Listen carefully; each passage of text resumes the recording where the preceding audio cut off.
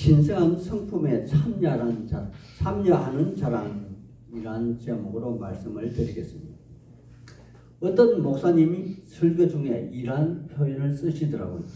배는 물 위에 뜨는 것이 목적이지만 만약 물이 배 안으로 들어오면 그 배는 곧 물에 가라앉고 만다고 합니다.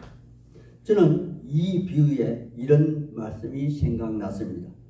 우리 예수님의 말씀에 너희는 세상의 소금이니 만약 그 소금이 짠맛을 잃어버리면 다만 땅에 버려져 사람들 발에 밟힐 뿐이라, 그런 말씀입니다. 오늘날 우리 신실한 성도들은 일대가 득실되는 세상에 살지만 세상을 정화하는 그러한 기능을 상실하게 된다면 즉시 세상에 동화되어 세상 사람들보다 더 악한 자가 되고 또 세상에서도 인정받지 못하고 세상 사람들에게도 저주의 대상이 된다는 그러한 말씀일 것입니다. 하나님의 사람들이요, 요즘같이 우리나라가 타락한 때는 아마 없지 않았나 하는 생각이 들 정도로 오늘날 우리 사회가 바른과 정의, 윤리도 어떻게 실종되었으며 사회 지도층들은 오로지 법조문에만 입에 대지 않는 것으로 자기의 입속을 챙기고 다른 사람들의 시선 따위는 아는 것 없이 자기만 만족하면 그만이라는 그러한 세대로 변한 것에 저는 심한 우려를 표합니다. 하지만 이것도 세상의 논리에 의하면 상황이 그렇고 주위 환경이 그렇게 만든다는 그들의 주관적인 입장에서 바라본다면 전혀 그들은 부끄러운 자가 되지 않는다는 그러한 논리로 설명하고 있다는 사실입니다. 아마 오늘날 이 시대의 흐름이 이것이 사실일 것입니다. 여기 베드로후서의 편지를 받은 당사자들도 그때 그 당시의 상황과 그 환경이 이와 같은 주장을 펼 수 있는 그러한 이치에 놓여 있다고 변명을 할 수 있는 그러한 충분한 이유가 아마 있었을 것입니다. 왜냐하면 베드로전서는 AD 64년경에 로마의 대화재가 발생하기 전 63년 정도의 그 고난과 핍박에 대해서 고난에 대비하라는 그러한 말씀으로 주어진 것이며, 또한 여기 베드로후서는 AD 67년경에 베드로 사도가 순교하기 직전에 로마에서 기록된 그러한 말씀이기 때문에 그러합니다. 이 당시 성도들이 처해진 그러한 로마의 대화재 사건 이후 그들은 책임을 전가받은 그리스도인들로서 사체로 역청이 온몸을 바르게 되었고 또 로마의 길거리에서 그 횃불로 사용되는 그러한 핍박을 당하는 상황이 계속 이어지는 상황이었고, 또 들으는 운영 경기장에서 사자의 밥이 되고 성난 황소의 불에 받쳐 죽임을 당하는 등 로마인들의 놀잇감이 되는 그러한 믿음의 환경에 성도들의 신실한 믿음은 날로 희석이 되어 이제는 예수가 진짜 그리스도인가, 아니면 진짜 하나님이 살아계셔서 우리를 영원한 천국으로 인도하시겠는가, 진짜 그리스도의 말씀처럼 그분이 다시 오시는가 하는 불신의 이단들이 합리성을 가지고 창세기 3장의 뱀처럼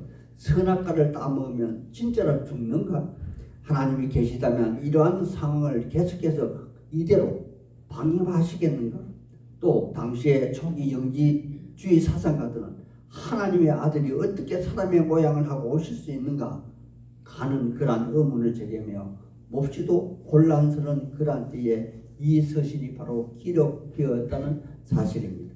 그러므로 오늘 이 서신서는 외부적 환경에 극심한 심적 변화를 겪고 있는 그들을 대상으로 쓰여진 편지이며, 또한 베드로 사도 역시 자기의 죽음을 직감하고 그의 유언과도 같은 종말론적 믿음을 그들에게 전해주는 그러한 편지임을 인식하고 오늘의 편지를 살펴보고자 합니다.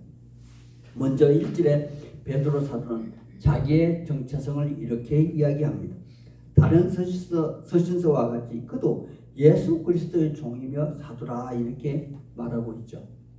하나님의 사람들이요, 사도는 일반적으로 예수님의 12제자를 지칭하지만 신학적으로 보내심을 받은 자라는 뜻이며, 여기에 종이라는 단어가 사도의 정체성을 한정하므로 당시 시대상으로 종은 상전의 재산 가치를 지닌 하나의 물품에 속하기에 자기의 의지나 뜻이 전혀 개입되지 못하는 자가 오로지 주인의 부르심에만 소임을 다해야 하는 그러한 이치에 있음을 베드로 사도는 고백하고 있습니다. 그리고 그는 덧붙여서 하나님과 예수 그리스도의 을을 힘입었다 이렇게 말을 하기도 합니다. 이는 천지 만물을 창조하신 하나님이 베드로 역시 창조 전에 예정하시고 그를 구원하시기 위해 그 예정대로 그분의 아들 예수님이 오셨고 또 모든 성도와 베드로를 위한 십자가 대속의 죽음을 죽으셔서 그분의 공로로 하나님의 근속이 되었고 예수님의 의, 즉 로마서 1장 17절에 기록된 오직 의인은 믿음으로만 살리라 하신 이신칭의의 그를 말하는 그러한 말씀이라 자리됩니다. 이것은 여타 종교의 사람들이 자기를 위하여 스스로 행한 선한 행위 혹은 자기 희생과 개발, 자기 공로의 대가로 받는 것과는 다른 것으로서 이 땅의 성도들이 많이 헌금을 하면 많은 복을 받는다는 기복신앙과는 전혀 다른 논리의 그러한 말일 것입니다. 그리고 또한 여기에 보배로 믿음을 받았다 그렇게 말하고 있는데 이는 스스로 자기에게서 나온 것이 아니라 의지적으로 나온 것이 아닌 앞서 하나님과 구주 예수님으로부터 받은 것이므로 우리는 성경 속에 베드로 사도의 일생을 통하여 무엇을 받았는지 한번 생각하고 살펴보아야 할 것입니다. 그래서 저는 한번 성경 속의 베드로 사도에 대해서 한번 알아보았습니다.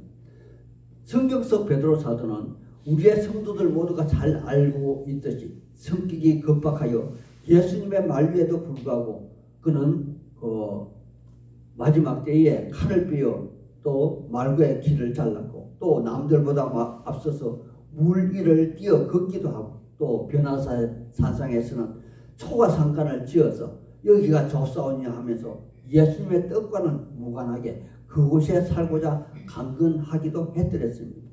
하지만 그 무엇보다도 마태복음 16장에 보면 당시 온 세상의 주로 불리우는 로마의 황제 신상이 돌로 깎아 세워진 그 가이사라 필리포에서 바로 그곳에서 우리의 예수님이 그들에게 묻기를 너희는 나를 누구라 칭하느냐 그렇게 하문하시므로 그의 대답이 주는 그리스도시요 살아계신 하나님의 아들이라 라는 그러한 고백을 하므로 그는 개화 즉 반석이라는 이름을 얻게 되었고 또 우리 예수님은 그 신앙 고백 위에 주님의 교회를 세우신다 약속하셨지 않습니까? 그러므로 한낱 물고기 잡는 그 어부에 지나지 않았던 베드로가 사도의 수장이 되어서 이 땅에서 받은 보배로운 믿음은 바로 그 신앙 고백 위에 주님의 교회가 세워지는 것이며 또한 여기에 고난받고 있는 성도들과 동일하게 그리고 함께 받을 보배로운 믿음이 바로 그들의 신앙 고백 속에서 주님의 교회가 세워져 있다는 그런 말씀으로 사례된다는 것입니다. 하나님의 사람들이요 이미 우리들 모두가 잘 알고 있겠지만 이 말씀은 오늘 우리에게도 그대로 적용되는 그러한 말씀으로서 오늘날 우리가 아무리 어려운 처지에 개인적으로 병든 상태이고 세상에 멸시받는 그러한 직업을 가졌고 혹은 고난과 역경과 환난 중에 있다 할지라도 성령 하나님이 함께 하시는 주님의 교회임을 자각해야만 한다는 그러한 말씀이기도 할 것입니다. 바로 베드로 사도가 했던 그 신앙 고백을 차이적으로 스스로 행하는 우리가 바로 교회라는 말씀을 드리고 있는 것입니다. 그러므로 여기 대사자인 베드로 사도와 고난받는 당시의 성도들과 오늘날 우리가 모두 교회인 것이며 편지의 수신자 역시 오늘 우리도 함께 그들과 같이 포함된다는 그런 말씀으로 주어진 것이라 저는 생각했습니다. 그런데 여기 2절에도 아주 중요한 단어가 하나 나옵니다. 바로 하나님과 주 예수를 알므로 말미암아 은혜와 평강이 너희에게 있을지어다 하는 어쩌면 평범한 그런 인사말입니다. 하지만 여기서 알므로 즉 알다란 히브리어로 야다라는 그런 말이며 헬라어 원문에는 에피그노시스라는 그런 단어입니다. 즉 그노시스는 지식이라는 그런 뜻인데 앞에 에피라는 단어가 더 붙여지면 알기는 알되 정말 속속들이 관계 속에서 잘 아는 사이, 즉 본질을 아는 사이라 그런 그 말입니다. 예를 들어 한 집에 함께 사는 부부를 할지라도 한 30년쯤 같이 살다 보면 처음에는 결혼하고 막 의견 다툼이 있었겠지만 한 30년쯤 지내다 보면은 생각도 같아지고 얼굴도 닮아가는 그러한 상태를 말하는 것이므로 여기에서는 자의적으로 그분의 종이 되어 그분의 말씀을 지키는 것이 곧 자기의 목숨을 담보로 하는 사명이 된다는 그러한 사이를 알다. 에피그노시스 사이다. 이렇게 말할 수 있다는 것입니다. 이렇게 인식되는 그러한 단어로서 우리의 예수님이 마지막 십자가 죽음을 맞이하면서도 그분은 성부 하나님이 자기에 대해서 얼굴을 돌리시는 그러한 상황에서도 하나님을 원망하거나 자기의 변명과 주장을 전혀 내세우지 않았다는 사실로 보아 이런 말씀을 드리는 것입니다. 그러므로 지금까지 고난과 핍박이 그들의 삶에 줄기차게 지속이 된다 할지라도 묵묵히 참고 다시 오실 구자를 바라보며 견디해내는 성도들은 마땅히 그분이 누리는 은혜를 나누며 그분이 가지는 평강이 넘쳐나기를 베드로 사도는 그들에게 강구하고 있는 것이지. 하나님의 사람들이요, 고난의 강도가 핍박의 강도가 심할수록 어쩌면 믿음의 강도 역시 더욱 단단해지고 굳어지는 것은 그 고난을 통하여 생애 진리의 모습을 알고 깨닫게 되는 그러한 사실이 아닙니까? 그래서인지 오늘날 우리 성도 역시 고난을 많이 겪으신 분이 더욱 다른 사람들을 많이 배려한다는 그러한 역설적인 사실이기도 하다는 것입니다. 그리고 베드로 사도 역시 그들의 고난에 직접적으로 참여하기를 원하고 또한 그들과 생사를 함께 하기를 원했던 것 같습니다. 왜냐하면 어쩌면 일반적인 인사말인데도 1절에 우리라는 단어 외에 동일하게 혹은 함께라는 단어를 어감이 다르게 그 두 번이나 같이 사용하고 있는 것으로 보아 그의 감정을 이입하고 있다는 그런 사실을 느끼게 합니다. 그리고 자기 자신보다 더욱더 은혜와 평강이 그들에게 넘치기를 빌고 있다는 것은 그 마음을 통해서 느껴지는 그 감정을 읽을 수 있다는 것이죠. 이렇게 자신보다 우월하게 낫기를 바라는 그들에게 베드로 사도는 자기의 온 힘과 역량을 동원해 마지막 편지를 쓰기 위해 인사말을 나오고 있는 것으로 보여진다는 사실입니다. 그리고 본격적으로 자기의 할 말을 하고 있는데 3절에 바로 영적 성장을 요청하는 그러한 말씀으로 이어집니다. 여기서 그리스도께서 우리에게 영원한 생명을 주시고 또한 그 영원한 생명을 소유한 자에게 나타난 것이 바로 경건의 모습인데 이 경건이야말로 바로 성도와 하나님의 관계성을 말하는 그러한 말일 것입니다. 하나님의 사람들이요, 우리가 처음 구원을 얻은 것은 사람이 어머니 자궁에서 태어난 것과 같이 일순간에 덤겨가는 일회성이지만 하나님을 알고 배워가는 기간, 즉 성화하는 기간은 참으로 길고도 어쩌면 고통스러운 시간이기도 할 것입니다. 우리가 간혹 사극 영화를 보게 되면 일반인이 공중에 들어가 공중법들을 배우는 기간이 참으로 혹독한 것은 그 사람이 일반 사가의 법에 길들여져 있기 때문이며 여기 본문에서는 죄의 습성을 하루아침에 말끔히 떨쳐낼 수 없다는 것으로 해석이 될 것입니다. 또한 하나님을 알면 알수록 더욱더 두려워해야만 하는 그러한 존재이며 우리는 온 힘을 다하여 그분 말씀에 순복하여 섬겨야만 하는 피조물인과 동시에 그분은 창조주 하나님이시므로 그분의 의미를 우리는 감히 느낄 수 있는 것이 아닌가 생각했습니다.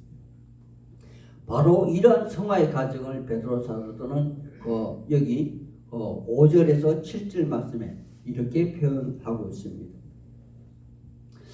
그는 성도들에게 가장 기본이 되는 것이 먼저 믿음이라고 생각했습니다. 그러므로 그는 믿음 위에 하나하나 천상의 성품을 더하는 것으로서 변화된 인격과 덕을 보이며 참 예수님에 관한 지식을 깨달은 자의 삶에서 절제의 모습을 보이며 이 절제는 인내의 삶으로 나타나며 이 인내는 가장 가까이 있는 형제의 허물을 덮어주며 마침내 하나님과 사람 사이에 바라보는 그 자세가 두렵고 떨리는 마음으로 나타난 경건의 모습을 보이게 되고 결국은 무조건적 사랑, 아가페적 사랑을 알게 되며 삶으로 실천한 그러한 단계로 나타난다는 사실입니다.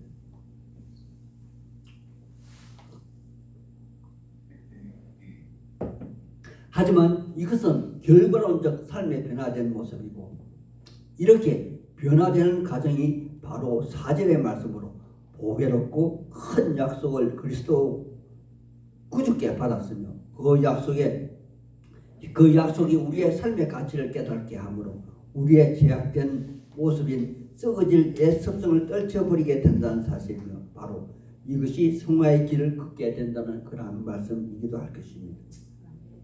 하나님의 사람들이요, 타락한 죄인이 신성한 하나님의 성품에 참여한다는 것은 어찌 쉬운 일이겠습니까? 하지만 반드시 이 땅의 삶에서 변화되어야만 하는 그러한 삶의 방식이기에 산성과 가사처럼 이 풍랑으로 인하여 배가 목적지에 더 빨리 다다르게 된다는 것처럼 성화가 더욱더 빨라진다는 고난을 통하여 빨라지게 된다는 그러한 사실일 것입니다. 또한 이 성화의 가장 기본이 되는 것은 구주 예수를 알아야만 가능한 것이기에 어떤 성도님들은 고난 중에 말씀을 묵상하고 교회에서 성경을 배우고 또 진리를 공고히 하고자 말씀을 암송하고 또 들으는 필사하여 마음판에 새기는 것입니다. 그렇다면 하나님의 사람들이요, 왜 이렇게 구주 그리스도를 알아야만 하고 그분의 성품에 참여하는 자가 되어야만 하는 것일까요? 바로 원천적인 이유는 우리가 바로 작은 예수로서 저 천국의 주인이라는 사실이며 이 땅에서는 마귀의 유혹에서 벗어나 이단에 날려들지 않게 이함일 것이라 베드로 사도는 본문에 역설을 하고 있다는 것입니다.